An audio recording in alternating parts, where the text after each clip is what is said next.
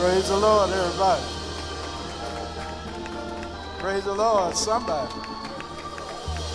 Praise the Lord, anybody. Now, the Bible says that everything that have breath, praise the Lord. And that's why we're here, to give God praise. Our call to worship is taken from Psalms 8. It says, O Lord, our Lord, how excellent is your name in all the earth. You will set your glory above the heavens. Out of the mouths of babes and nursing infants you have ordained strength because of your enemies, that you may silence the enemy and the avenger. When I consider the heavens, the works of your fingers, the moon and the stars which you have ordained, what is man that you are mindful of him, and the Son of Man that you visit him? For you've made him a little lower than the angels, and you've crowned him with glory and honor. You've made him to have dominion over the works of your hands. You've put all things under his feet, all sheep, oxen, even the beasts of the field, the birds of the air, the fish of the sea, and all those things that pass through the paths of the sea. O Lord, our Lord, how excellent is your name in all the earth. This is our call to worship. Amen.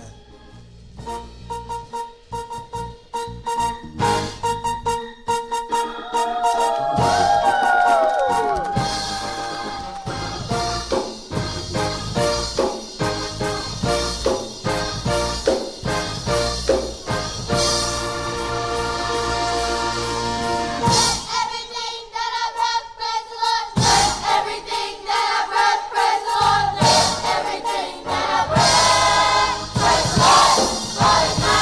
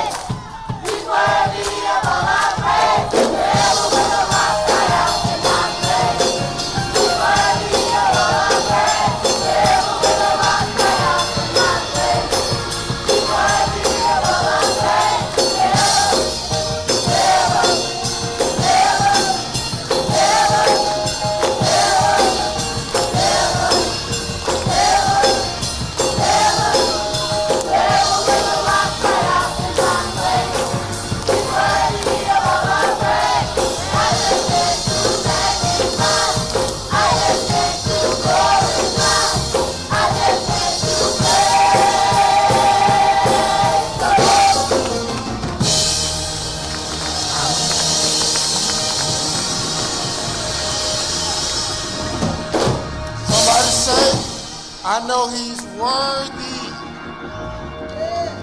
of all my praise. Not some of my praise, not a little bit, not that rainy day praise, but he's worthy of all my praise. As we get ready to go into prayer right now, I want everybody to think about the rain for a moment. Close your eyes. Because somebody need God to shower down something good in their life. Maybe somebody need God to rain down some peace. Maybe God need them to rain down some joy. Maybe God just needs just a touch from the Lord from on high. Right now, Father God, as we come to you this morning, we come with thanksgiving in our heart. We know that even though there were clouds in the sky, the sun was up there too. We know that everything may not be perfect in our life, but you are still worthy of all our praise. We thank you right now for touching us in a special way. And even God, with the names that are on the screen today, we see you break through and break through and break through in their situation. But Father, right now, God, we ask for forgiveness for any sin that we may have committed, for anything we may have done that may not be pleasing in your sight. We ask your forgiveness. Right now, Father God, we pray a special blessing over this service. Bless the man of God as he brings the word of God. Bless this church right now. Bless Greater Shiloh Missionary Baptist Church on today in a special way, so that someone today may come saying, what must I do to be saved? And we're careful to give you all the glory, all the honor, and all the glory. In Jesus' name we pray. Amen.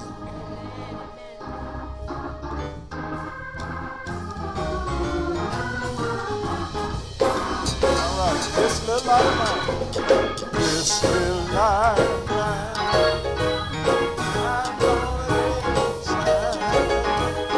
This little light of mine, I'm gonna let it shine. This little light of mine, I'm gonna let it shine. Let it shine, let it shine, let it shine. Everywhere I go, everywhere I go, I'm gonna let it shine. Everywhere I go, I'm gonna let it shine. Everywhere I go, I'm gonna let it shine. Let it shine, let it shine, let it shine. I'm gonna make it, I'm gonna make it shine. Just gonna let it shine. No, I'm not gonna make it shine. Just gonna let it shine. Not gonna make it shine. Just gonna let it shine. Let it shine, let it shine, let it shine. Let me hear you. This little light, I hear you. I'm gonna let it shine. Oh, this little light of mine, I'm gonna let it shine. This little light of mine, I'm gonna let it shine.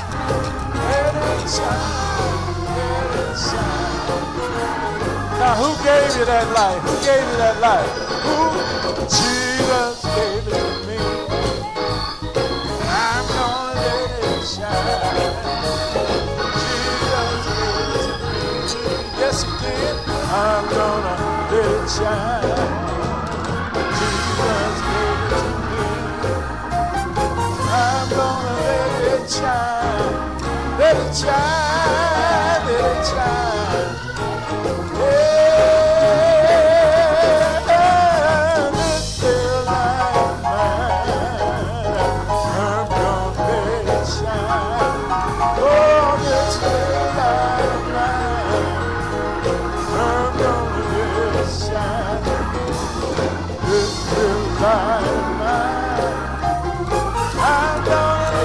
it shine, let it shine, let it shine, let it shine. Amen, amen.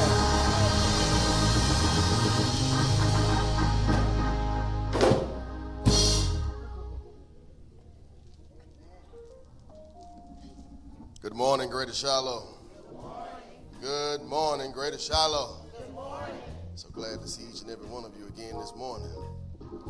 Please join me in reciting our mission and vision statement. The mission of the Greater Shiloh Missionary Baptist Church is to reach, teach, and baptize throughout the world, beginning in our community, fulfilling the Great Commission by the power and presence of the Holy Spirit until Jesus returns. We will fulfill this mission through evangelism, discipleship, ministry, and fellowship and worship. The results will be spiritual, numeric, ministry, and mission growth. Amen. Amen. Our responsive reading is entitled A Psalm of Trust. It's taken from Psalm 91. And it reads, He that dwelleth in the secret place of the Most High shall abide under the shadow of the Almighty.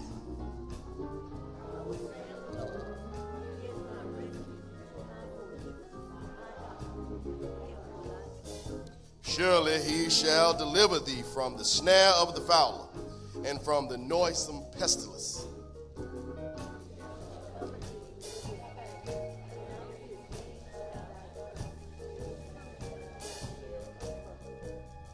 Thou shalt not be afraid for the terror by night, nor for the arrow that flieth by day.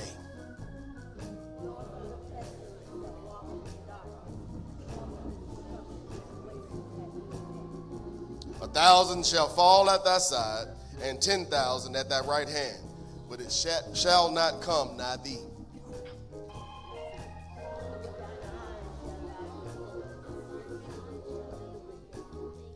Because thou hast made the Lord, which is my refuge, even the Most High thy habitation.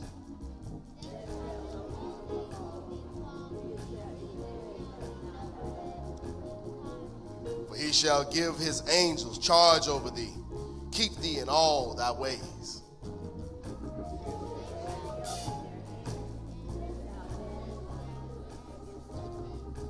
Thou shalt tread upon the lion and adder, the young lion and the dragon shalt thou trample under feet.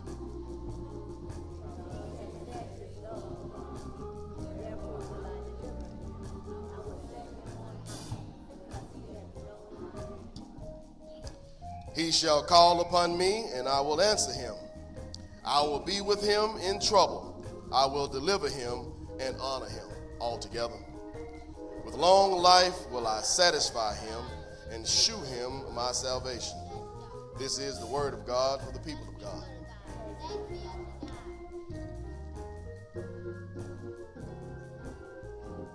Good morning, Greater Shiloh family and friends, and thank you for worshiping with us on today. Men's Ministry presents Men's Day 2026. This year's festivities will kick off on Saturday, February 7th at 8 a.m. with the Men's Faith and Health Workshop. Then on Sunday, February 8th, there will be 2 Men's Day worship services. Reverend William Brett Cummings, pastor of Mount Hebron Baptist Church Thomas, will bring the message at 8 a.m., and our very own senior pastor, Reverend James Wesley, will bring the message at 10:45 a.m.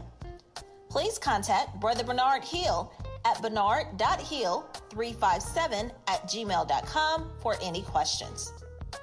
Men's Day 2026 choir rehearsals will continue this week on January 27th, February 3rd, and February 5th. All times are scheduled for 6:30 p.m. Please contact Sister Sarah Brown at sarah@greatershiloh.org for any questions.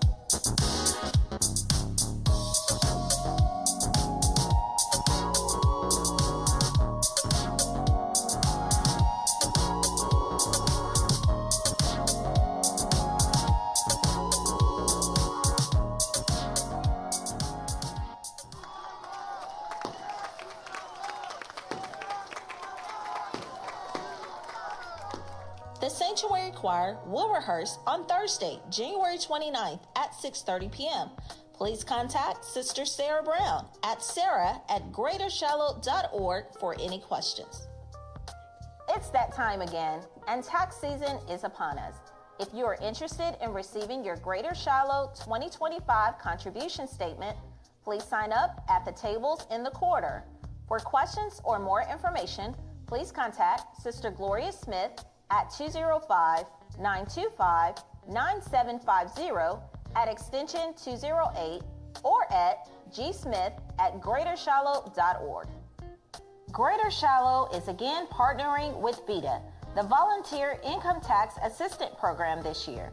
This federal and state income tax service will offer free electronic filings in rooms 400, 401, 406, and the computer lab every Saturday starting January 31st through March 14th and April 4th from 10 a.m. to 2 p.m. For specific information on what to bring and other questions, please pick up a flyer in administration or call the office at 205-925-9750 or 9751. Greater Shiloh family and friends, you are cordially invited to join us as we install our sixth pastor, the Reverend James Edward Wesley, on Sunday, February 22nd, 2026 at 3 p.m. The day of worship will begin at 8 a.m. with the Reverend Dr. Michael W. Wesley Jr., pastor of Mount Pilgrim Baptist Church, bringing the message. The 10:45 a.m. service will feature Reverend Damian Gordon, pastor of Freedom Grace Community Church in Rincon, Georgia. The installation message will be delivered by our Pastor Emeritus, Dr. Michael W. Wesley Sr., with a reception to follow in the fellowship hall, where the public may meet and greet the new pastor, asking everyone to come out and celebrate this momentous event. Remember to tune in each Wednesday at noon for Dr. Wesley's Noon Nugget on our website, Facebook Live, and YouTube Live. Greater Shiloh is grateful to everyone for your continued financial support of our church. Check out our website at greatershallow.org/give to see all the ways you can continue to contribute to our church. You can also drop off your tithes and offering at the church today or during regular office hours during the week. Have a blessed week, Greater Shiloh. Stay safe and join us again for worship on next Sunday.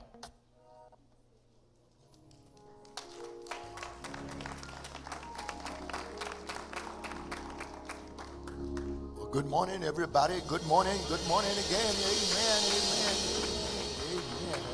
Excited again to be here. It's Sunday and it's still going on. Even in spite of the rain, it's still Sunday. It's still going on. You know what is amazing? They're going to still play football this afternoon and in freezing cold weather, and the stands are going to be packed. And if it rains on Super Bowl Sunday, guess what's going to happen? They're going to still play the game, and guess where the people are going to be? Right there. And here we are on the inside. And we're missing. No, but you're here. You're not missing. You're here. Amen. Amen. Thank God for each of you. Now, I want you to know that it's important to attend church. Church is the only place we can miss when it's Sunday and it's raining. Monday morning, it'll be work time, and the rain will be out there, and guess where we'll be? Amen. I know it. I stand for a few minutes to make a few pastoral observations and recommendations, or recognitions, should I say. First, let me check this audience to see if this item that I'm holding belongs to someone. It was left in the sanctuary here not long ago, and I just want to try to return it to its proper owner. Make sure if it's yours, you see us after church, and we'll let you put your passcode in it, and if it opens, then we know it's you. If you put a passcode in and it doesn't open, don't be saying, look what the Lord has given me. Amen. So if it's yours, you're certainly welcome to claim it again. I also want to remind you that as you go forward today, pick up one of these newsletters. It's called Leadership of Legacy. We want you to know we're talking about role of pastor emeritus. What is the role of pastor emeritus and what he does and all those things like that. What are the benefits to the church? So pick up one of these newsletters today and read the information and kind of help you understand where we are and what we're doing in this transition process. And so we want to make sure you are aware of that. I want to remind all the deacons that tomorrow we'll have regular deacon meeting at 6 o'clock p.m. in the chapel. That's not for the new guys. That's just for the old guys that have already been a part. The new training will start soon. You've been given letters for those. But this is for our regular team in its monthly meeting. In addition to that, I want to make sure we say thank you to all of the youth who participated in the MLK Day of Service here at the church. They did a really great job of cleaning the sanctuary and doing some other spruce ups around the church, and it was sanitized all up and down everywhere, and it was really just powerful. And I want to thank you personally. I also want to say congratulations to our youth. We had 3 of our youth that participated very recently in an activity sponsored by the Jefferson County Alumni Chapter of Delta Sigma Theta. They had the Miss Rubies and Pearls ceremony. And one of our youth, Miss Channing Cutts, was crowned as Miss Rubies and Pearls of Jefferson County. I'm not sure she's here for this service, but we certainly want to recognize her. And first runner-up, or second runner-up in that contest was Miss Kelsey Murray. Kelsey, are you still here? There you are. Yeah, she was there. And Miss Kennedy Stewart also participated as a debutante in this particular thing. There you are. Well, I see you. Amen. Also, while we're doing it, earlier we put the names of all the honor roll students.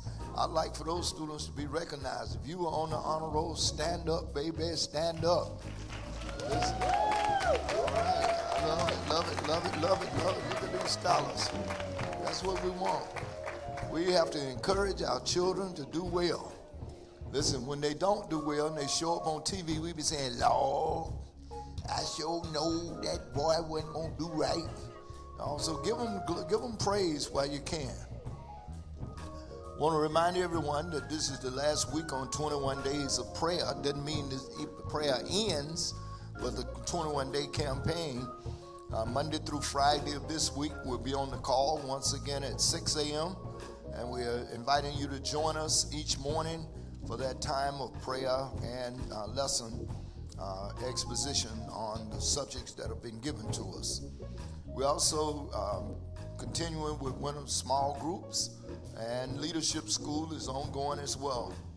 You heard the announcement concerning tax preparation, income tax preparation, and it's free. It's right here at the church. It's based on your income, but those that qualify, hey, each year, this team has been able to save people or cause refunds to exceed over $600,000 each year. So they've been doing their work, and people have benefited greatly from it. The men's information has been put forth on Men's Day and all of the activities that are going on, as well as the golf tournament. I want to encourage all of you golfers, men and women, who like to play golf. We got a golf tournament coming up in March, and we'd love to have you join us or sponsor us or do something to help us out in that process. We appreciate it so very much. The sick list, as you have seen it already on the screen, we have some additional names to be included. In addition to that, we have Miss Carrie Hardy, who's at Grandview Hospital, Mr. Ron Murphy, who's at Baptist Princeton Hospital. We did share that with Dr. Walker again. We have Ms. Gwen Ward, who's home recuperating from surgery this past week. Mr. Darren Nunn is at Grandview Hospital. And we're praying especially for Ms. Carmen Knight, who will undergo a one-day procedure tomorrow for skin grafting. We've had a number of people in bereavement this week. Yesterday, on Friday, Reverend Clarence Pitts laid his brother to rest, Mr. Kenneth Pitts. That funeral was held at the Peace Baptist Church of Mulga. We're also praying for the family of Mr. Jory Rush, as his father, Mr. Alvin Williams, will be held in a memorial service on this coming Wednesday. We're praying for Miss Cleopatra Hogan, as her grandson, Mr. Joshua Foy, will be laid to rest on this coming Saturday, the 31st of January, at the First Missionary Baptist Church of Hooper City. We're praying for the family of Miss Mary Perkins, as her brother, Mr. Daniel Brown, will be held at the Good Shepherd Missionary Baptist Church in Southfield, Michigan. It's in the Detroit area on this coming Saturday as well. We announced the passing of Mrs. Dorothy Cade, better known as Dot. She's the mother of Tamika Samuels. Tamika is one of our sanctuary choir members. Her funeral will be this coming Friday at 11 a.m. at the W. Lucane Funeral Chapel. We also announced the passing of Mr. Rodriguez Woods. Rodriguez is the son of Helen Payne, who is also one of our sanctuary choir members, and the husband of Miss Stephanie Lewis. Funeral arrangements for Rodriguez Woods has been not complete at this point. We're also praying for Reverend Annette Clark in the passing of her mother, Mrs. Daisy Carter. She passed away, and her funeral has been slated for February 5th, 2026 in Detroit, Michigan. And on yesterday here at the Greater Shiloh Church, we hosted the funeral of Mrs. Claudette Colvin, the civil rights icon, pioneer, who was laid to rest yesterday at the Elmwood Cemetery. I want to share a couple of cards of thoughts that have been given. This first one says, "Praise the Lord, He fills my life with good things." And it says, "We extend our sincere gratitude for your unwavering support during the passing of our father. We're truly appreciative of all the calls, prayers, expressions of love shown to our family during this time of loss. Please continue to keep us uplifted in your prayers as we learn to navigate life in a new way in the days ahead." And that comes from Deanna and Darren Lambert. In addition, we have a card of thanks that says, "Words cannot express the comfort you provided during the loss of our grandmother. The calls, texts, cards, monetary donations, and a beautiful peace plant you gave meant so much to us during bereavement. Most importantly, your presence at the homegoing celebration brought us much comfort. Thank you for being such a loving church family. With love, Daryl, Kim, Caleb, Kennedy, Stewart." And then there's one more that says, "Thanks, Pastor Wesley and the Greater Shiloh Church family. Thank you all for your kindness and sympathy for the death of my two sisters. I am grateful, Miss Barbara Childs and the Harmon family." We're certainly praying with each one of you and praying for one another. None of us know when those special times will occur. But when they do occur, I promise you, the prayers, the effectual fervent prayers of righteous people avails much. It helps. And the ministry of presence means a lot. And so let us keep doing the godly things that we can do to support one another. We're going to make ready now for our time of stewardship. Stewardship is a time where we respond to God in a monetary way. What do you mean in a monetary way?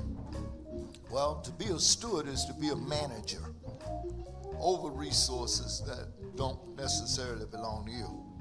God entrusts those items to us. He gives us three things that we are to be stewards over. We're to be stewards over our time, how we manage and use our time.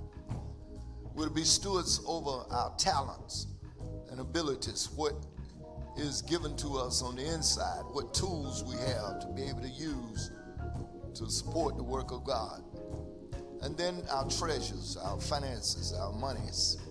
We're to be managers over what God gives. Yes, He knows we need a portion of it to help us to live and to meet those obligations. But then he expects that we would contribute a portion of those for the work that he calls us to participate in and to support through the local church. And so that's what this moment is about. And here at Greater Shiloh, when it's that stewardship time, we walk and we put our contributions in the baskets. And if you'd like to get credit for your contribution, we certainly encourage you to place your contribution in an envelope. And if you need an envelope now, just before we call for that time, if you slip your hand up, our ushers will gladly bring you an envelope so that you can participate in the prescribed manner. Well, let's pray together then as we prepare our hearts for this time of giving. Father, we do thank you for the great love that you show, that you have shown, the wonderful example of generosity that you have demonstrated, and that you've given us this world, and you made us managers. You've given us the ability to have dominion over the fish of the sea, the fowl of the air, the birds of the air, beasts of the field, and all things you've placed under the foot of the human. And for that, we're grateful. You've given us homes. You've given us places to live. You've given us jobs, income sources, gifts, retirements. And we pray that you would receive from us what portions we bring before you now. And we pray that these gifts would be used and multiplied in ways that will cause your name to go forward through the local church. And we ask that you would return many more opportunities and blessings to the lives of those who are faithful in their giving. And we pray, Lord, that you would bless this time together now as we fellowship. Bless our children and youth as they sing. And bless those who will share in this time of Christian giving. We ask it in Jesus' name. Amen. So let's put our hands together and once again and welcome our children and youth choir today as they're blessing us in song. Amen. Amen. We're proud of them. And you may walk and give during the singing of the song.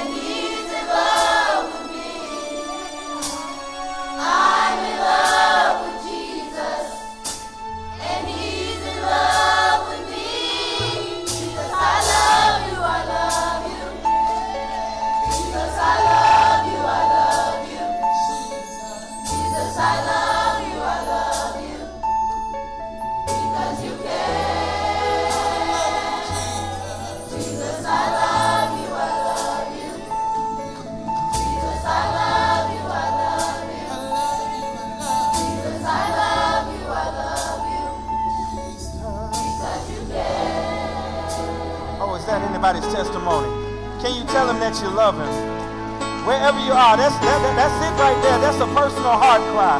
That you tell him that you love him. And it's not because of anything that you've done. We don't love him because of what we've done. We love him because he first loved us. And can anybody tell him that you love him this morning? Can anybody just tell him that you love him this morning? Wherever you are, all over the building, just tell him that you love him. Wherever you are, just say, Jesus, I love you. Say, Jesus, I love you, I love you. Jesus, I love you, I love you. Jesus, I love you, I love you. Because you care. Jesus, I love you, I love you. Jesus, I love you, I love you. Jesus, I love you, I love you. Because you care. Say, Jesus, I love you, I love you. I love you, Jesus. I love you, Jesus. I love you, Jesus. Because you care. Jesus, I love you, I love you. Jesus, I love you, I love you. I love you, I love you, Jesus. I love you, I love you. And it's because you care. Jesus, I love you.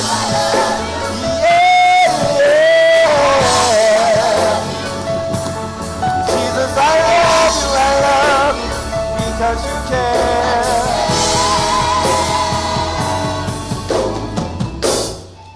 That's a personal testimony.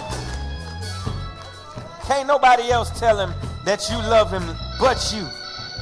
You know that's something that only you can tell God. If you love God for yourself, that's something that you have to tell God. You know how you love being told that somebody loves you. You love it when your significant other tells you, baby, I love you. You love it. You know that you love it when your parents tell you that I love you. You know how it feels to have somebody to tell you that they love you. And well, God loves to hear it when we tell him that we love him. See, God is love. We don't get love by ourselves. We get love from God. Love comes from God, and God is love. And so if you have love in your heart, then you must love Jesus for yourself. And if there's anybody in the building that one more time before we get to the word, can somebody one more time all over this place, can somebody give him glory and tell him, I love you, I love you. Jesus, I love you, I love you. Jesus, I love you, I love you. And because you care, Jesus, I love you, I love you, I love you, I love you, I love you, I love you, I love you, I love you, I love you, I love you, I love you, because you care. Jesus, I love you. Jesus, I love you. Yes, I do. And it's because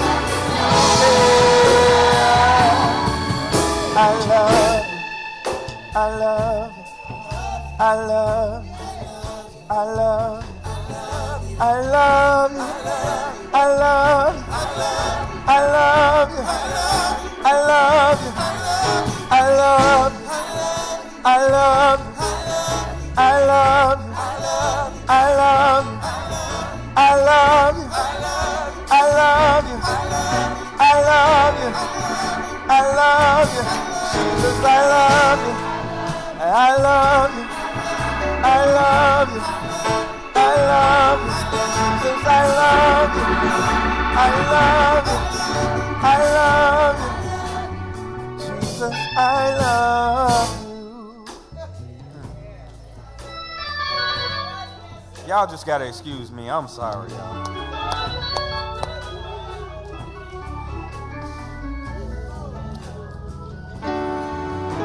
See, he's worthy to be praised. I don't know about anybody else in here, but man, God has done so much for me.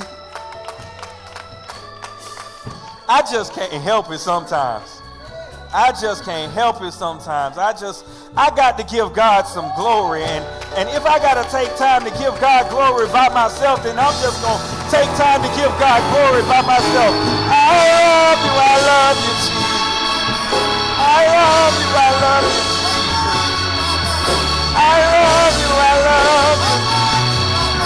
because you care. Jesus, I love you, I love you. I love you, I love you. I love you, I love you, because you care.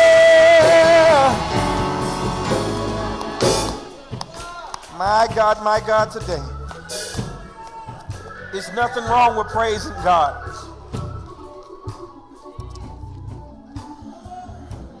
Because he's worthy. That's why we've come today. Is to give him glory. Is to lift him up. To bless his name. And that's what we're going to do. Heavenly Father, Lord, we thank you that you loved us first. While we were yet sinners, you still died for us. God, you love us in spite of us, not because of us. God, I don't know why you love us so much, but I'm ever so glad that you do. God, you loved me so much that you gave me another chance. You gave me another day. You gave me another opportunity to be here. And so, Father God, I just come to say that I love you on today. God, you're worthy of our praise. And so, Lord, right now as we prepare to break the bread of life, God, we ask that you would increase and that I would decrease. Father God, that you would hide me behind the cross, that no one would see me, but that they would see you. No one would hear me, but that they would hear you. Father God, that we pray right now that your spirit would fall fresh on me right now. God, that you would feed me from the wellspring that never runs dry. God, that you would preach through me. We know that with you there is a word. Without you there is no word. So preach, Holy Ghost, preach. Right now in this moment, we give you glory, honor, and praise. In the mighty and matchless name of Jesus. It's in his name we do pray. Amen, amen, and amen. Well, today I invite you to turn with me to the Old Testament book of Psalms. We're going to go to the book of Psalms here.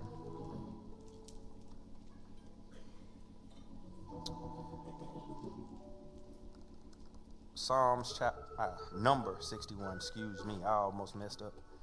Psalms do not have chapters, they have numbers. Psalms 61, the 61st Psalm, we're just going to read the first 4 verses. The word of the Lord says, "Hear my cry, O God, attend unto my prayer. From the end of the earth will I cry unto thee. When my heart is overwhelmed, lead me to the rock that is higher than I. For thou hast been a shelter for me and a strong tower from the enemy. I will abide in thy tabernacle forever. I will trust in the covert of thy wings. Selah." This is the word of God for the people of God. Thanks be unto God.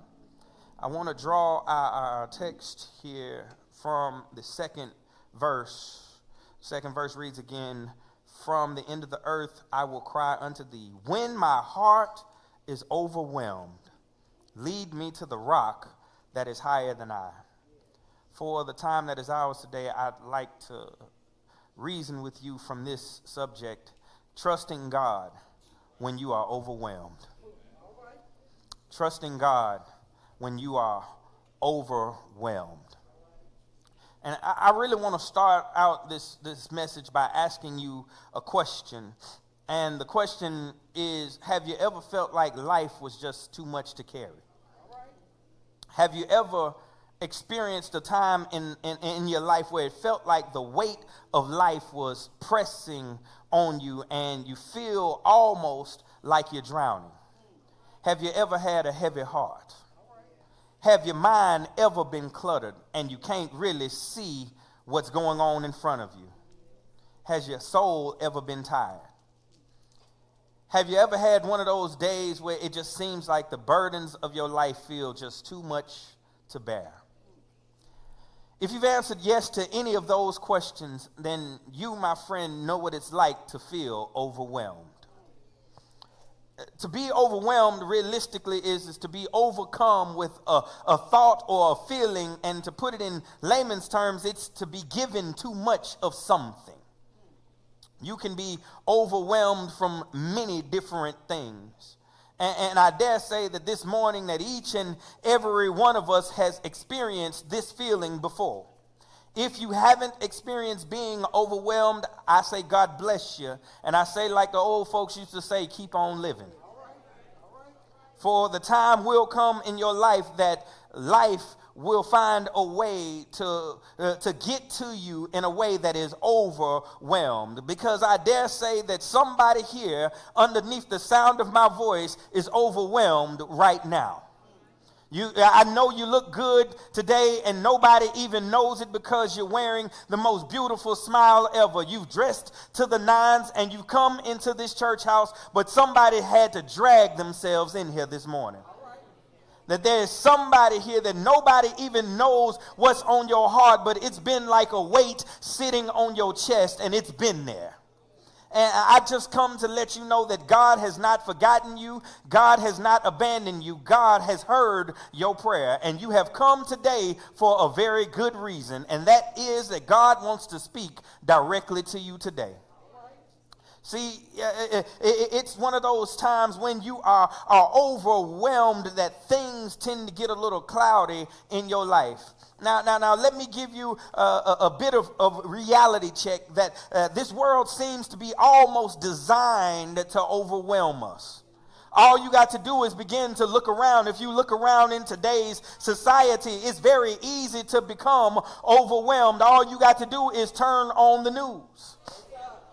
You turn on the news and you see that we have a person that is in the White House that is trying to do any and everything they can every single day to sow discord and division, to try to drum up angst against himself, try to drum up there's some type of conflict between himself and his armed forces. There seems to be some type of thing that's going on every single day. You turn on the news and go, now what?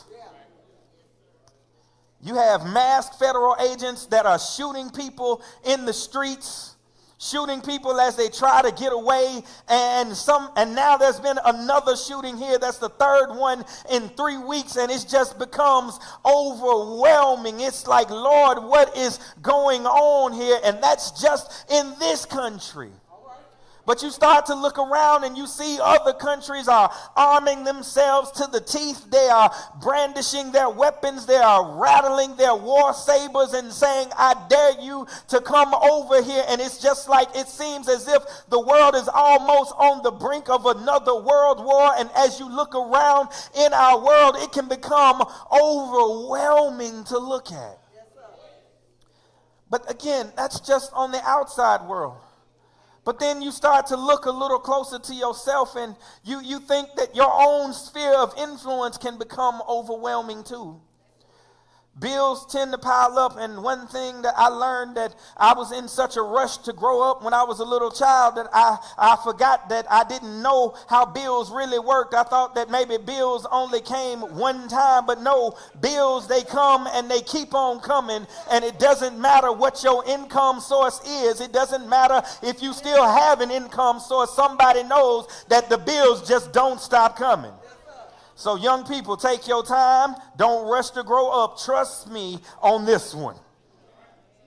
But so some people have some things going on in their life that some sicknesses seem to just never go away. It seems as no matter how much you pray, it's still there. It's almost like Paul, and there's always a thorn in your flesh. It seems to be no matter what's going on, no matter what you do, if it ain't one thing, it's another.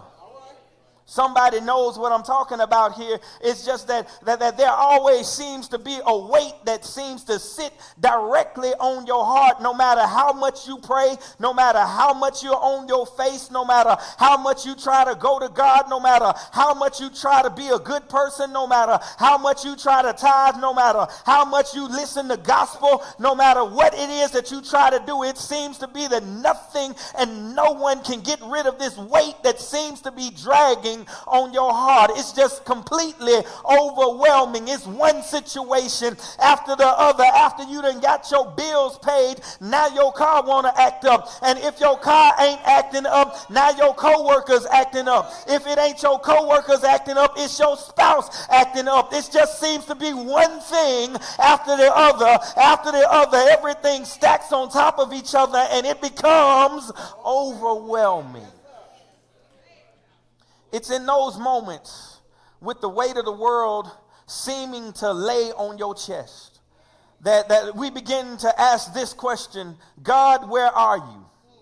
I know I'm not the only person that has asked this question. Where is God when I need him? I'm overwhelmed, God. I don't understand what's going on around me. There's so much that's happening. God, why don't you fix this? God, where are you, God? I'm praying to you, God. I'm looking for you, God. Where are you? How come you have not come to see about me? You said that I'm your child. You said that you would never leave me nor forsake me. You said that you would be here in my time of need, where I'm in need right now. And where are you, God?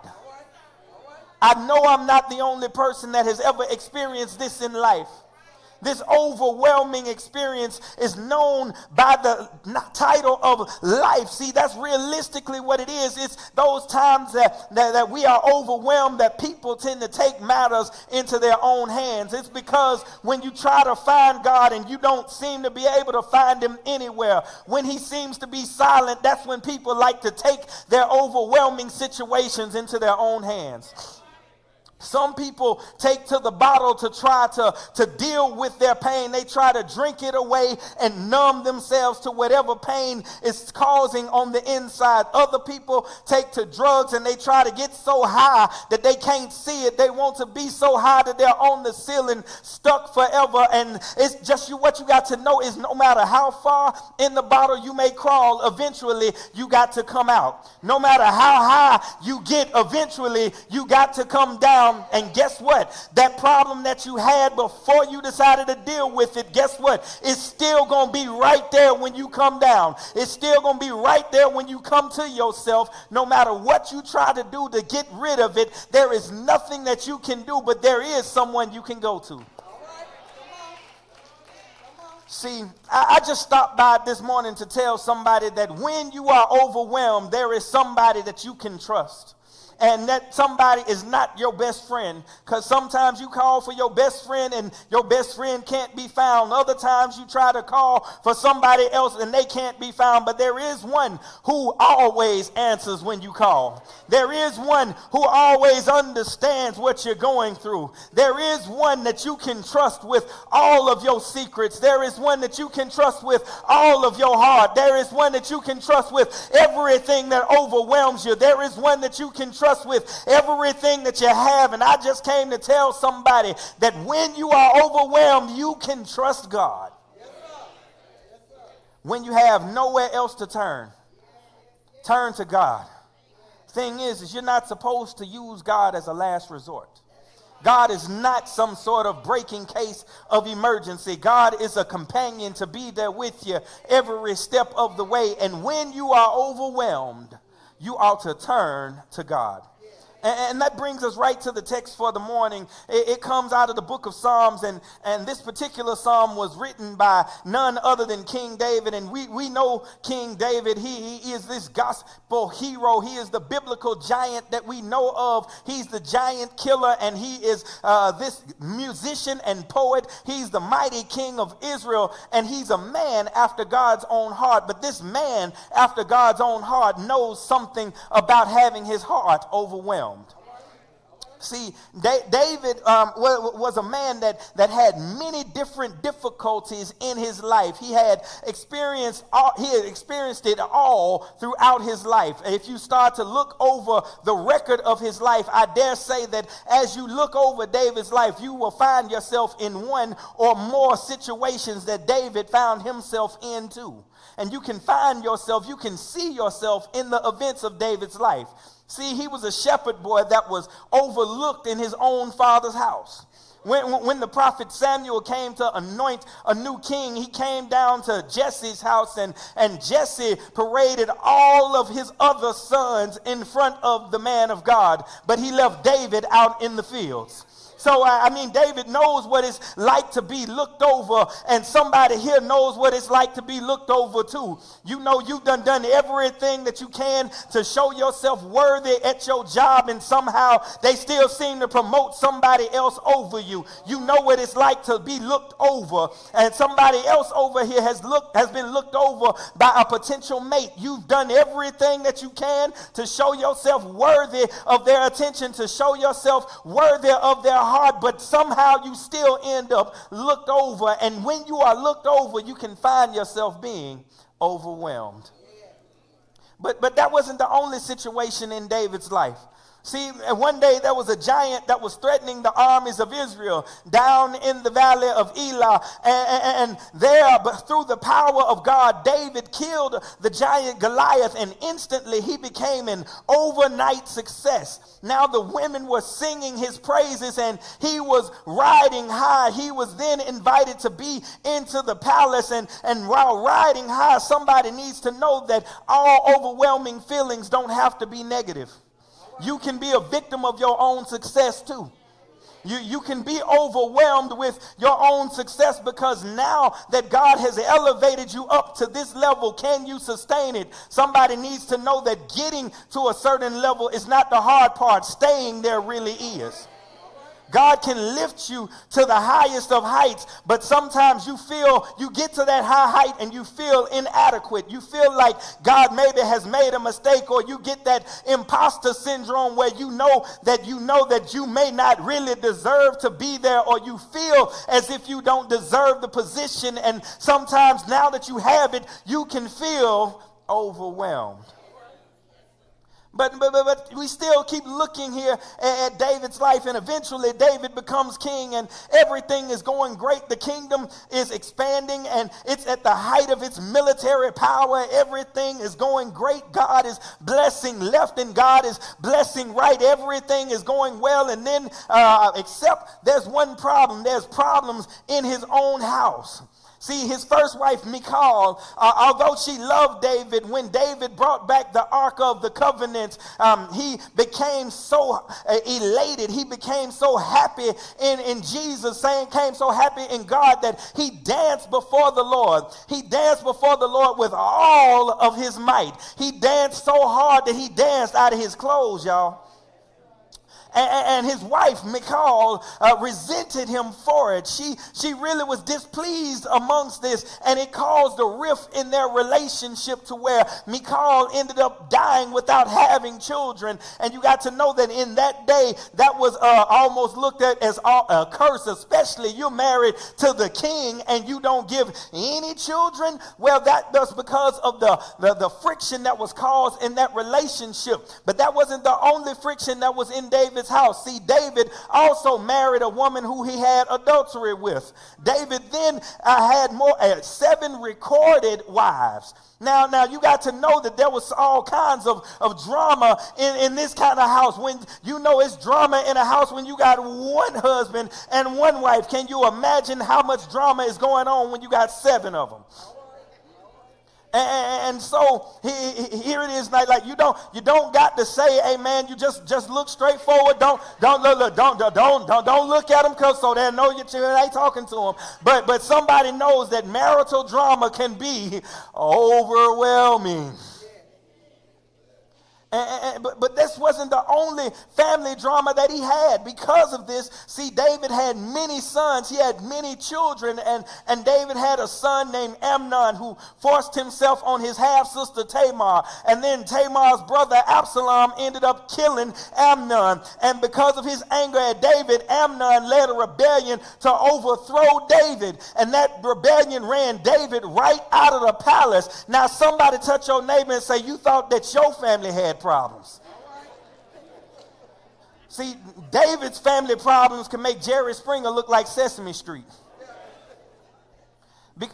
Because he's having all of these family issues, and somebody that here has had some family issues, can't nobody get to you like family can get to you, because they know the exact right buttons to push. They know the exact right places where you are soft at. They know right where to hit you. And somebody here knows that family drama can be, say it with me, overwhelming.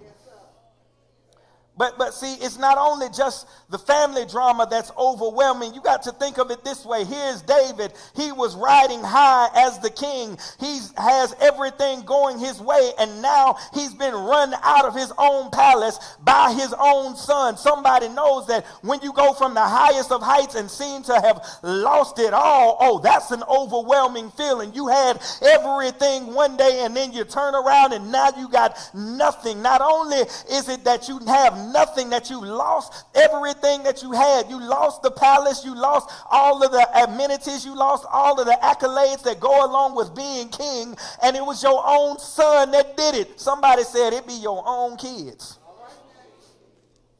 See, it's overwhelming to David. See, it's said that this event, that event, that Absalom running him out of the temple was what caused this particular psalm to be written. Now, I would be doing theological malpractice if I didn't mention the fact that this psalm did not actually give its own historical context, but theologians are using context clues within the psalm itself to put it together as to what time frame this was about. But I just really want to tell you that it doesn't matter the source of why you're overwhelmed. Why you are overwhelmed isn't really the issue. Why you are overwhelmed isn't really the big idea. It's what do you do when you are overwhelmed? Because again, we will be overwhelmed at some point in our life. We can get to a place in our life that we can't handle all that's coming on to us. See, I like this one thing that sometimes you get it, that God won't put more on you than you can bear. Well, I just came to tell somebody that that's not always exactly true. You can get overwhelmed. Somebody knows that life has a way of knocking the life out of you. And you can get to a place where you are overwhelmed. And so here David begins to talk about how does he get over this feeling of being overwhelmed. And he begins this psalm with, hear my cry, O God, attend to my prayer. Now I like that because he begins crying out to God. And my favorite two words in this whole section is, O God. Because what that means, and that tells me, is that sometimes that's all we can get out is, oh God. Something happens that fast and that's all you can get out is, oh God. You get some overwhelming news and the first thing you can think of is, oh God. And that's all you can do. You've been working faithfully on your job for years and you think that your salary is secure, and all of a sudden you get a pink slip. Oh God. And you just working on your relationship. You think all is well in paradise, and next thing you know you get a divorce letter in the mail. Oh God. Or you go to the doctor thinking that you're just going for a routine checkup. You're just going for a little bit of a cough in your chest. All of a sudden they say, I see a lump. Oh God. Sometimes that's all you can get out is, oh God. You trying to raise this knucklehead of a child. You tell them to go right, and every single time they go left, all you can say is, oh God. And I'm just saying that's good news for us today, because that means that we don't have to have all kinds of fancy words. We don't have to say the right things. We don't have to give God these fancy phrases. God understands what we mean. All we have to say sometimes is, oh God. Oh, young people, y'all not excluded from this either. You know you've been studying for that test and you be at school and everything's going right, and then you look up and you get the test and you don't recognize nothing that's on it. Like, oh God. Believe you me, prayer works. Somebody say pray before that test. See, you got to know that God can hear your heart. The Spirit gives utterance. The Spirit makes intercession on our behalf. That means that we don't have to have these long flowing phrases. God understands what you need. God knows what you need, and he will give you the desires of your heart, and you don't have to spout out some long religious phrase to get it. Sometimes all you got to say is, oh God. And so he says, oh God, hear my prayer. And then he says, from the ends of the earth, I will cry to you. I like that because we know that the earth is round. There are no literal ends of the earth. But what he's really talking about there is distance from God. He's really saying that from the ends of myself, I will cry out. And somebody needs to know that we got to learn that we can come to the end of ourselves. And that's okay, because when we come to the end of ourselves, when we come to the end of our rope, that's where we'll find the hem of his garment. See, it's when we learn that at the end of ourselves that God is there waiting for us to get rid of ourselves. He's waiting for us to empty ourselves of ourselves so he can fill us with him. And so here it is. We're right here at the main meat of the text. We're in verse 2. It says that we ought to trust God when we feel overwhelmed. The text says that we have to realize that there is a higher perspective. Somebody say a higher perspective. See, he says, when my heart is overwhelmed, lead me to the rock that is higher than I. Now, assuming David was king, humanly speaking, he had reached the highest level that he could get to. But yet and still, he realized that there's still yet another level. There's somebody that is higher than he is. That's good, because many of us, we get hung up on our titles and our positions. We say, hey, I'm the senior vice president in charge of this one account, or I'm the lead accountant, or I'm the lead teacher here, or I'm the SGA president today, or whatever it is. There are so many titles that we end up getting caught in, like we are the masters of all that we survey. We are the chief in charge of all of our own thing, but we need to understand that there is somebody that is higher than we are. Somebody has a better perspective of our problems than we do. Now see, when we were children, when we ran into a situation that we couldn't handle, we were taught that we needed to go find an adult. Because adults were better prepared, they were better equipped or better trained to deal with the situation at hand. And I can say from personal experience that sometimes, even though I am the adult, I run into some situations where I still feel like, oh man, I need an adult. Is there anybody that feel like being honest on a Sunday morning that knows that you don't know how to handle every situation that pops up in your life? That all the time you don't know the right way to handle the things that come up and wash up against you. Sometimes, even though you're a full-grown person, you still be sitting there thinking, I need an adult.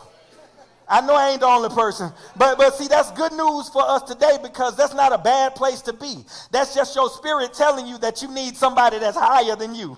That's just your spirit telling you that you need somebody that has more authority than you. Somebody that can see the plane bigger than you, that can see what's happening better than you. That's just your spirit saying that, hey, I need to find somebody that's higher than I am.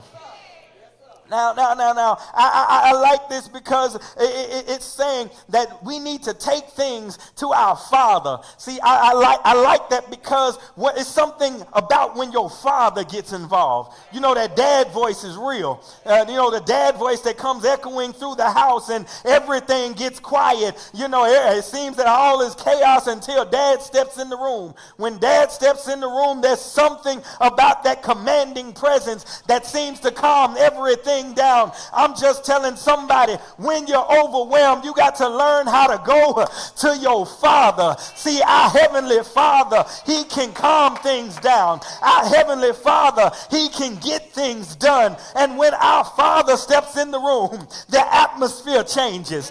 When our Father steps in the room, stuff gets done. When our Father gets in the room, everything begins to calm down. See, we got to learn how to go to some place that's higher than ours. There's a higher perspective. I know you know what you're doing. I know you know what it looks like in your own eyesight, but there is a perspective that is greater than yours.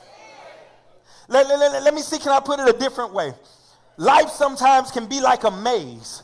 And it feels like we're trapped because you go one way and there's a dead end. And then you turn around and try and go back the other way, and now you run into a pitfall. It seems that no matter which way you try to go, you try to map it out in your head, and no matter which way you go, you still seem to be trapped in the same maze. You seem to be trapped with the same problems. But how many know that it's easier to solve a maze when you can see it from the top? See, that's the difference. Sometimes if you've ever tried to go in a corn maze or anything like this, it's hard to find your way out because you can't see the routes.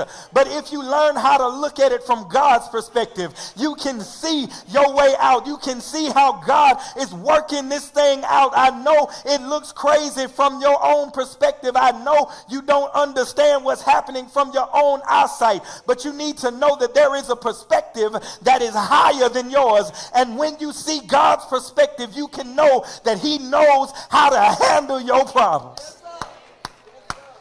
So we need to realize that there is a higher perspective. But then too, we need to remember God's prior protection. See, I'm right here in verse 3. It says, "For thou hast been a shelter for me and a strong tower from the enemy." All David was doing there, he was remembering when God had answered his prayers. See, the operative word right there was the word have. It said, God, you have been a shelter for me. God, you have been a strong tower from the enemy for me. All that's saying is that you need to remember what God has already done for you in the past. See, David remembered when he was facing Goliath, he said that when a lion and a bear came to attack my flock, the Lord gave me strength and I was able to strike that lion and the bear and kill it. He was just remembering that God was faithful before. And I know none of us have ever had to deal with a lion or a bear in real life, or at least hopefully not. That the closest that we've ever come is seeing one through the glass of a zoo, or maybe seeing one on the Discovery Channel. But although you have not dealt with a real life lion or a bear, you've had to deal with some stressing situations in your life before. This isn't the first time you done had bills due. This ain't the first time you done had a health scare. This ain't the first time that you done had to call on the name of the Lord. This is not the first time that you've been in a situation that you can't handle. And all this is trying to tell you is the same thing I'm trying to tell you, that our God is the God of an encore. That means if He did it before, He can do it again. See, I like what happens here. See, trust in God grows when your memory speaks louder than your fear. Oh, somebody needs to tweet that right. That trust in God grows when your memory in God speaks louder than your fear. And all that means is that when God has brought you through before, you can use that as the confidence that to know that God will bring you through on this time. Each victory will help you, some or other, to win. See, that's what they mean when they say look ever to Jesus, because He will see you through. See, God is the God that is the same yesterday, today, and forevermore. So if He did it in yesteryear, He will do it in this year. See, we're coming up on Black History Month, and I'm always reminded of the songs of the old church. They used to say things like, we've come this far by faith. leaning on the Lord, trusting in his holy word, because he's never failed me yet. And what I think of is that I think of the struggles that my forefathers went through. I think of the struggles that my parents' generation went through and the generation before them went through. And I said that the same God that brought them through is the same God that can bring me through. The same God that brought them through fire hoses is the same God that can bring us through bullets and tear gas. The same God that brought them through Bull Connor is the same God that can bring us through Donald Trump. The same God that brought them through is the same God that can bring me through. The same God yesterday is the same God today. If he did it before, he can do it again. We need to remember God's prior protection. See, he's been a strong tower from the enemy. He's been your protection. If you counted on him one time, you can count on him again. And I just came to dare somebody. I dare you. I double dog dare you. I triple dog dare you to trust him. See, if you trusted him before, you can trust him again. My God is a God that cannot fail. See, when you try him for yourself, you will learn that he is trustworthy. And the more you trust him, the more you will trust him. Oh, I just said something right there. The more you trust him, the more you will trust him. Oh, the more you trust him, the more you will trust him. And you will know that God is a God that keeps his word. He is a God that keeps his promises. And he is a God that will not fail you. Remember his prior protections. When you're overwhelmed, you can trust God, because we realize that there's a perspective that is higher than ours, because we remember his prior protections. But we can trust God because we learn that we can rest in his divine presence. My God. See, I like verse 4 here. He says, I will abide in thy tabernacle forever. I will trust in the covert of thy wings. Now, see, the picture here is of the tabernacle. The tabernacle was the tent of God. This was in the days before the temple was built. And so God lived and dwelled in the tabernacle. The tabernacle housed all of the things of God, and it symbolized the very presence of God. And so what David was saying is that I want to live in the presence of God. Now, you got to remember that David is on the run. David is no longer in Jerusalem. And he's saying that I still will live in the presence of God. Oh, I like this, because that is truly the definition of practicing what you preach. See, this is the same David that said, I will bless the Lord at all times, and his praise shall continually be in my mouth. Well, now God is saying to him, oh, really? You want to, you can bless me at all times? Well, can you bless me when you're away from Jerusalem? And David is saying, yes, that I still will seek after the presence of God. It's amazing sometimes how God does that. God will make you practice what you preach. You say you trust him, and God will give you situations where you have to trust him. And so that becomes the question is, can you trust him even when you can't trace him? Can you trust him even when situations seem to be overwhelming in your life? Can you trust him when all seems to be going wrong around you? You got to learn how to be like David and say that I will abide in your presence. He's saying I will live, I will dwell, I will stay in your presence. See, David is on the run, but he wasn't running from God. See, I like that, because he's not running from God. Many of us, when we get in trouble, that's the first place we run from. When we in trouble, that's when we disappear from the church.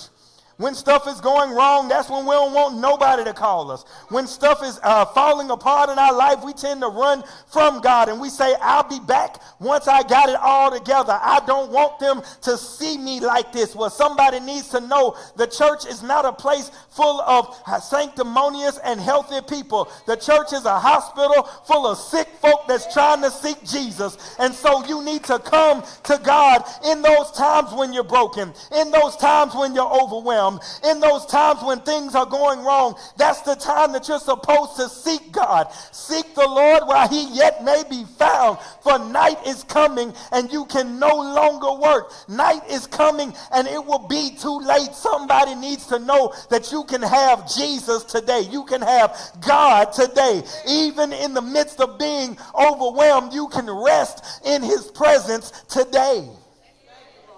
See, then he says, he gives an imagery of resting. He says, I will trust in the covert, that is, in the shelter of your wings. This is like a baby bird being sheltered underneath his mother's wings. Oh, can't you see the picture of the bird being nestled there underneath his mother, and the mother stretching out her wings to protect her from the rain? That is what it is. It's just telling us that we don't always have to be delivered from the storm. We can be covered in it.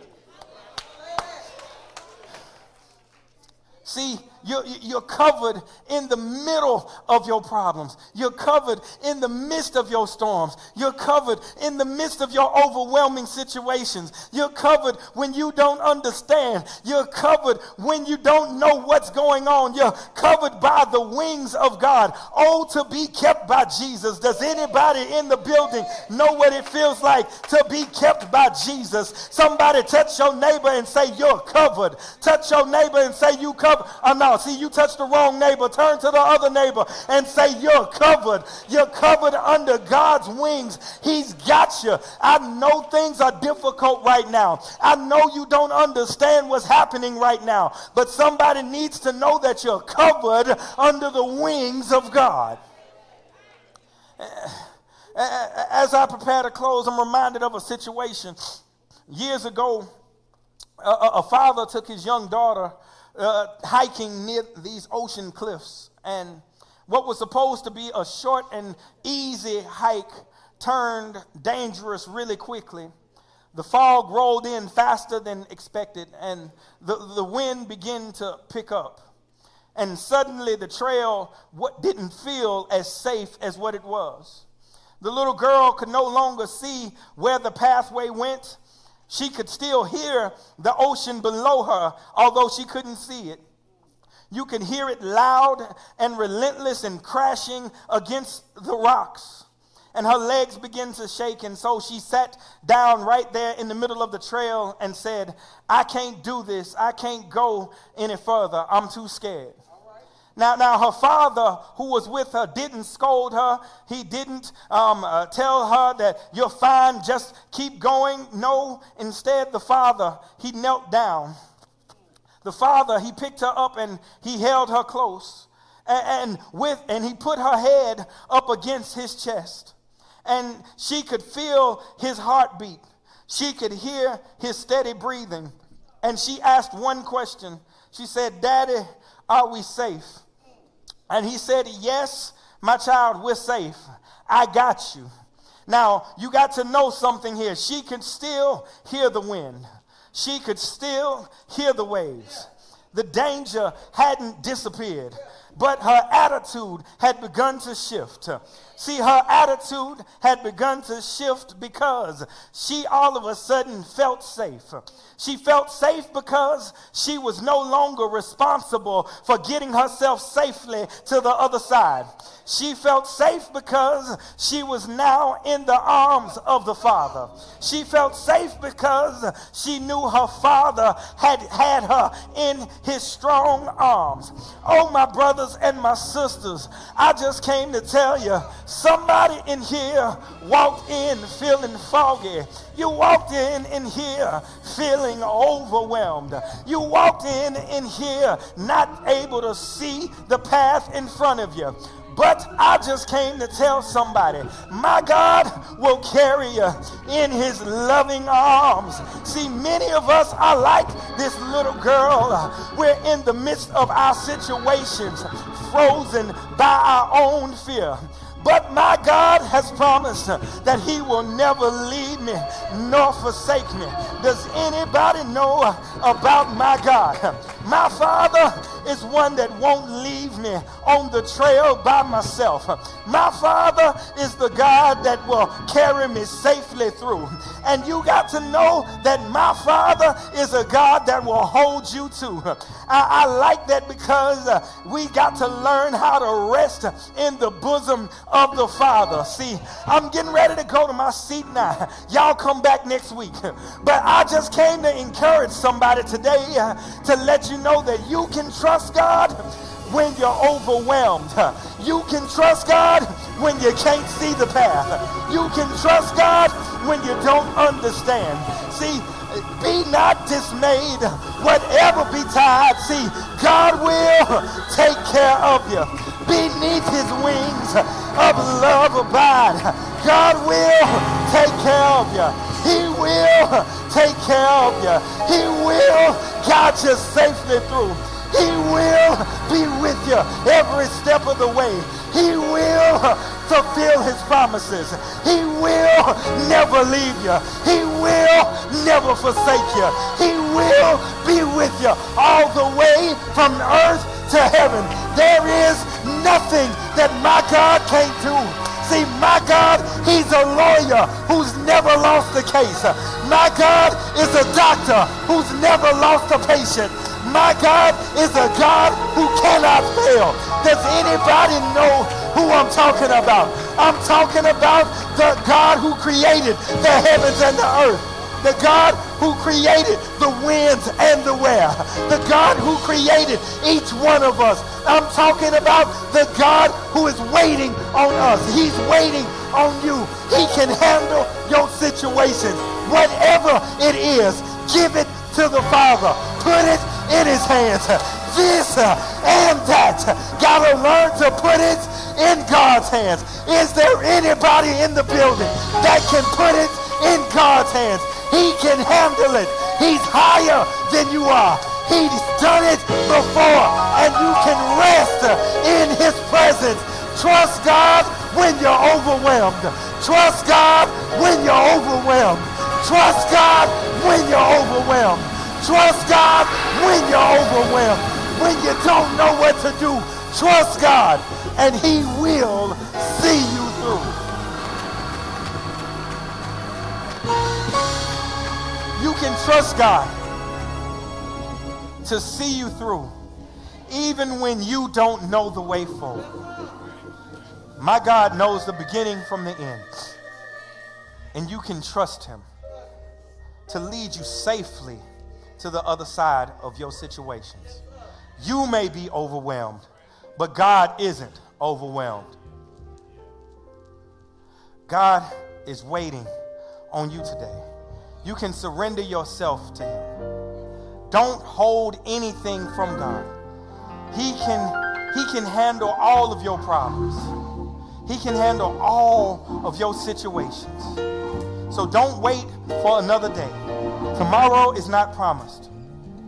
You may be overwhelmed today, but God is waiting for you today. You may be overwhelmed, but God isn't. Anytime during the singing of this song, you can give your hand to one of the ministers. Won't you come? The doors of the church are open. You can come by letter. You can come by Christian experience. You can come as a candidate for baptism. Anytime during the singing of this song, won't you come and give your hand to Christ? He's waiting on you. God bless you. God keep you as I pray. I give to you, withholding nothing, withholding nothing, withholding nothing, withholding nothing. I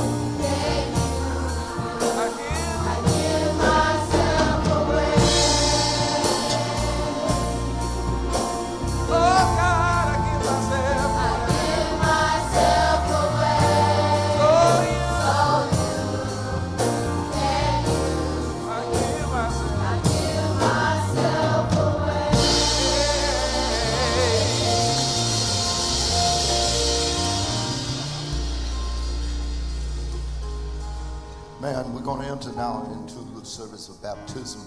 We have several candidates here. So we're going to take us to the water. Amen. Take me to the water. Take me to the water to be baptized. Take me to the water.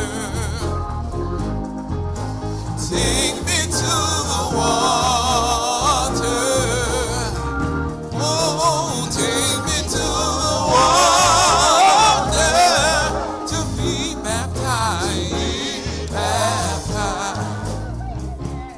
Obedient to the command and under the profession of your faith, I baptize you, my brother, in the name of the Father and of the Son and of the Holy Ghost. Amen.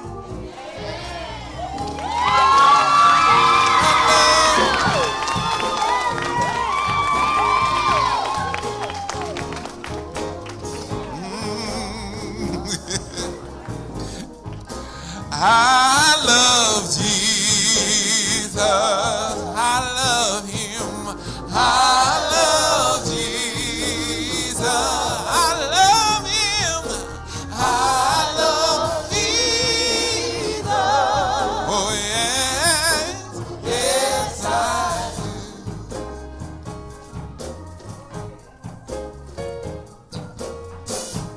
do. Obedient to the command and under the profession of your faith, I baptize you, my sister, in the name of the Father, and of the Son, and of the Holy Ghost. Amen.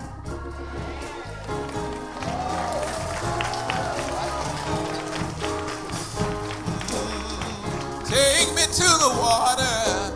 Take me to the water. Take me to the water. Take me to the water.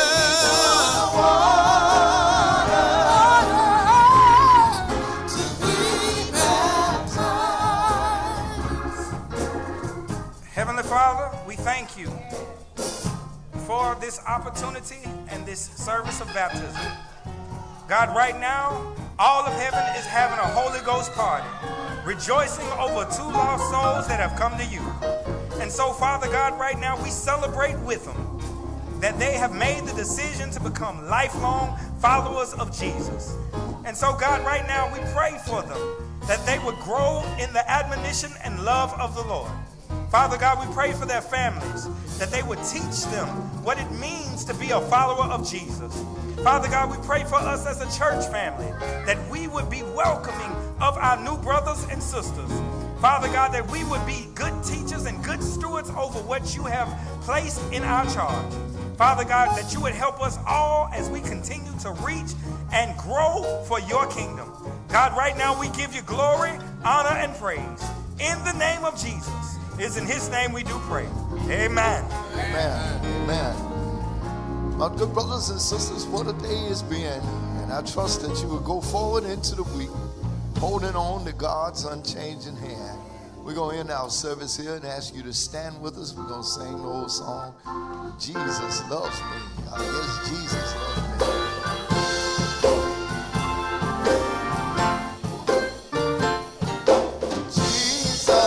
Loves me, this I know. All the Bible tells me so. A little ones to him belong. They are weak, but he is strong. Oh yeah, yes, Jesus loves me. Oh yes, yes, Jesus loves me.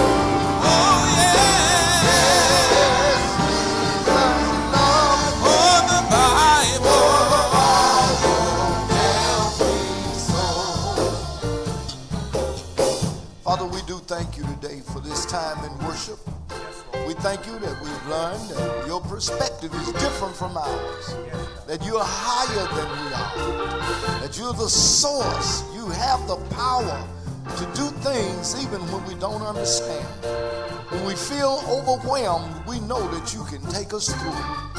And so we lay it all at your feet today, and we walk away from here with our burdens lifted, with our minds clear, and with our hearts determined to hold on to your unchanging hand. We pray for the sick among us. We pray for the bereaved families. We pray for the comfort of the Holy Spirit. We pray, Lord, for this nation of ours. We pray for all of the people who lead in various places. We pray for each person under the sound of our voice. Be with us today.